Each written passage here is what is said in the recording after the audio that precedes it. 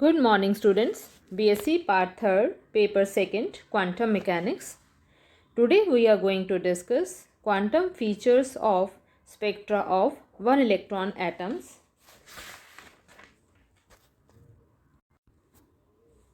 आज हम एकल इलेक्ट्रॉनी परमाणुओं के स्पेक्ट्रम के क्वांटम लक्षण पढ़ेंगे.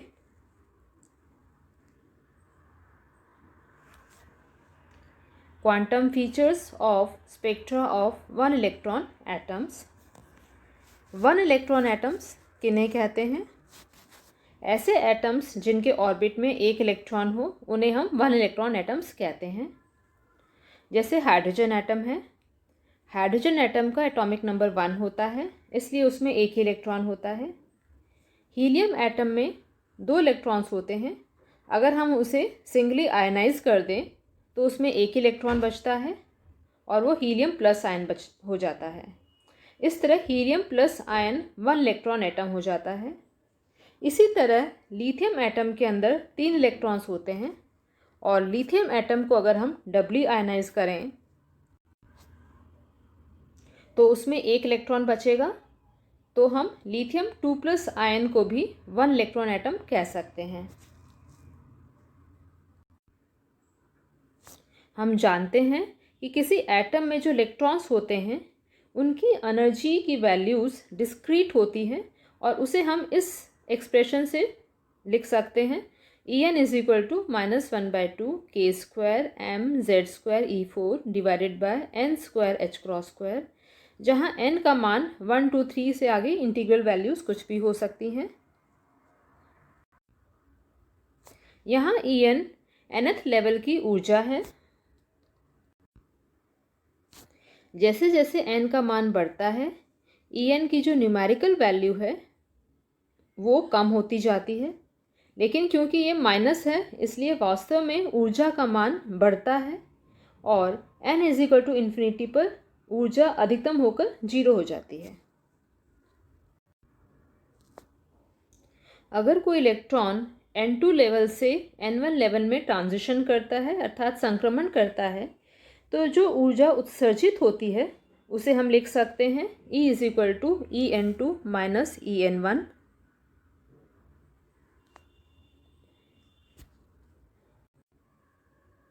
ऊपर जो हमने En का मान लिखा था उसमें n = n2 रखने पर En2 हो जाएगा -k² mz² e4 divided bye 2 n2².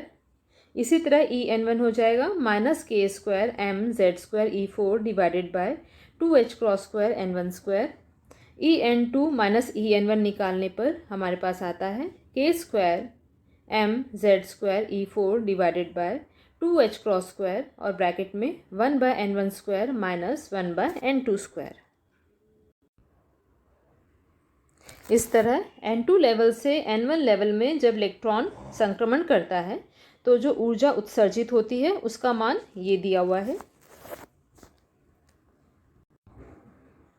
अगर हम उत्सर्जित ऊर्जा के लिए वेवलेंथ या वेव नंबर निकालना चाहें तो इस प्रकार निकालेंगे. The wave number nu bar or the wavelength lambda of a spectral line corresponding to an electronic transition from higher energy level n2 to lower energy level n1 is given by nu bar is equal to 1 by lambda. This is equal to E by hc or E divided by 2 pi h cross c. E का expression ऊपर लिखा हुआ है, उसे 2 pi h cross c से divide करते हैं तो न्यू बार का एक्सप्रेशन आ जाता है. तो nu bar is equal to k² mz² e4 divided by 4 pi h cross cube c 1 - n1² - 1/n2². यहाँ k² m e4 divided by 4 pi h cross cube c constant है. यहाँ m electron का मास है. इस constant को हम r लिखते हैं जिसे रिडबर्ग कांस्टेंट कहा जाता है. इस प्रकार न्यू बार हो गया rz² ब्रैकेट में 1/n1² - 1/n2². स्पेक्ट्रोस्कोपी में स्पेक्ट्रम में जो स्पेक्ट्रल लाइंस आती हैं उन्हें हम वेव नंबर से शो करते हैं, इसलिए हमने यहाँ पर वेव नंबर का एक्सप्रेशन निकाला है।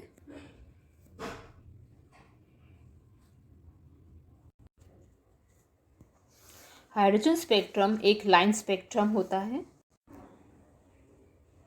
इस लाइन स्पेक्ट्रम में हमें अलग अलग वेवलेंथ के करस्पॉन्डिंग अलग अलग स्पेक्ट्रल लाइंस मिलती हैं।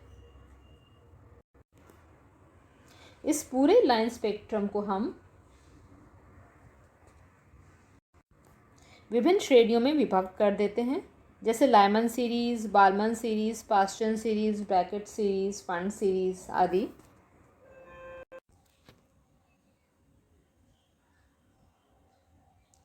हाइड्रोजन एटम का लाइन स्पेक्ट्रम नीचे डायग्राम में दिया गया है।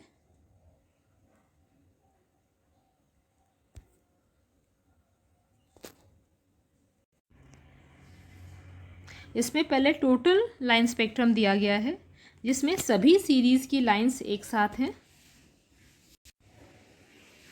और उसके बाद नीचे सभी series, Lyman series, Balmer series, Paschen series, Brackett series, इन सब की लाइंस को अलग अलग दिया गया है। इस डायग्राम से ये क्लियर है कि जो बालमन सीरीज़ की लाइंस हैं वो विजिबल रीजन में आती हैं। लाइमन सीरीज़ की लाइंस अल्ट्रावायलेट रीजन में आती हैं, और पास्टन और ब्रैकेट सीरीज़ की जो लाइंस हैं वो इंफ्रारेड रीजन में आती हैं। सबसे पहले Lyman series extreme ultraviolet region में है, ये अभी हम डायग्राम में देख चुके हैं।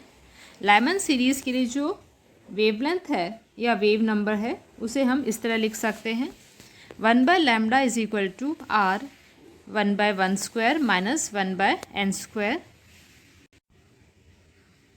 यहाँ n1 को 1 लिया है और n2 की जगह n रखा है, जहाँ n की वैल्यूज़ 2, 3, 4 से आगे कुछ भी हो सकती हैं।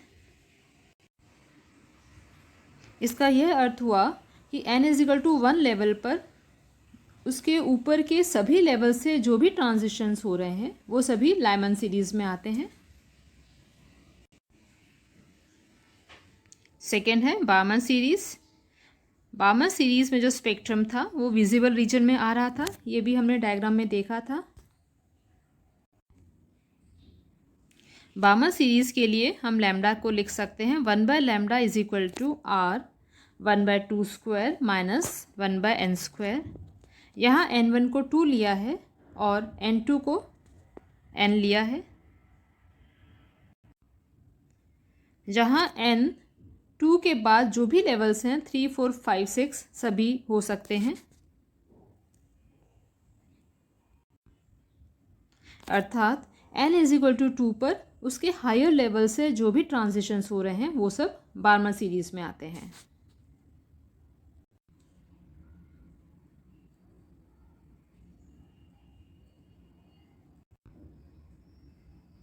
थर्ड है पास्टन सीरीज़ इंफ्रारेड रीजन में आती है।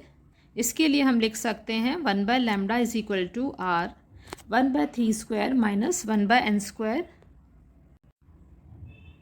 जहाँ n का मान 4, 5, 6 से आगे कुछ भी हो सकता है।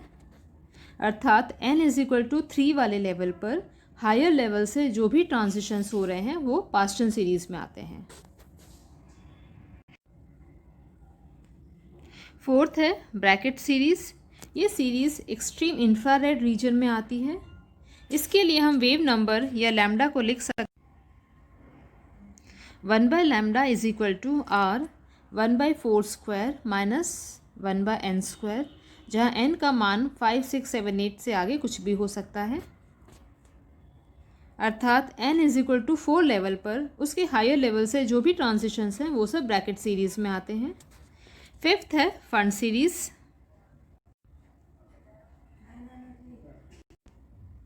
फंड सीरीज़ के लिए n1 इज इक्वल टू 5 लिया है और n2 is equal to n लिया है, जहाँ n की वैल्यू 6, 7, 8 से कुछ भी हो सकती हैं, 6 से लेकर इन्फिनिटी तक कुछ भी हो सकती हैं।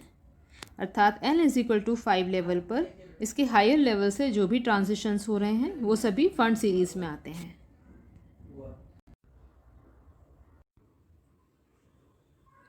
इन सभी सीरीज़ का जो एनर्जी लेवल डायग्राम है वो नीचे शो किया गया है। यहाँ इस डायग्राम से क्लियर हो रहा है कि n इज़ इक्वल टू 1 में जो भी ट्रांजिशंस हो रहे हैं वो सभी लाइमन सीरीज़ में आते हैं। n इज़ इक्वल टू 2 में जो भी ट्रांजिशंस हो रहे हैं हायर लेवल से वो सब बामन सीरीज़ में आते हैं। पास्टल सीरीज़ में वो ट्रांजिशंस हैं जहाँ जो कि n इज़ इक्वल टू 3 में हो रहे हैं। n इज़ इक्वल टू 4 में हायर लेवल से जो भी ट्रांजिशंस आ रहे हैं वो सभी ब्रैकेट सीरीज़ में आते हैं। इसी तरह n इज़ इक्वल टू 5 में हायर लेवल से जो भी ट्रांजिशंस हो रहे हैं वो सभी फंड सीरीज़ में आते हैं।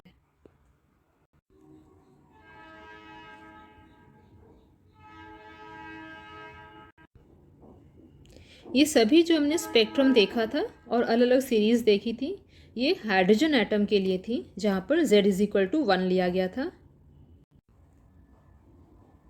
दूसरे जो हाइड्रोजन लाइक एटम्स होते हैं जैसे हीलियम प्लस, लिथियम 2 प्लस, इनके लिए हम वेव नंबर या लैम्डा को इस प्रकार लिख सकते हैं nu bar is equal to 1 by lambda, this is equal to R Z square 1 by n1 square minus 1 by n2 square, जहाँ R is equal to Rydberg constant है।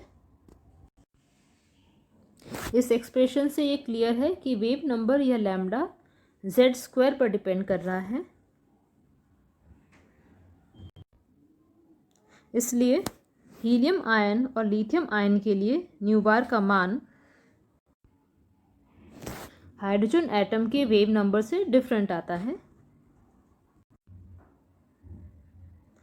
किसी भी n1 और n2 के लिए अगर हम हाइड्रोजन एटम और हीलियम आयन के लिए वेव नंबर न्यू बार की कैलकुलेशन करें तो हीलियम आयन के लिए जो वेव नंबर है वो हाइड्रोजन एटम के वेव नंबर से 4 टाइम्स ज़्यादा होगा और लिथियम आयन का 9 टाइम्स ज़्यादा होगा। इस तरह दूसरे हाइड्रोजन एटम्स जैसे हीलियम आयन, लिथियम आयन आदि के लिए भी हम एमिटेड लाइट की वेवलेंथ निकाल सकते हैं।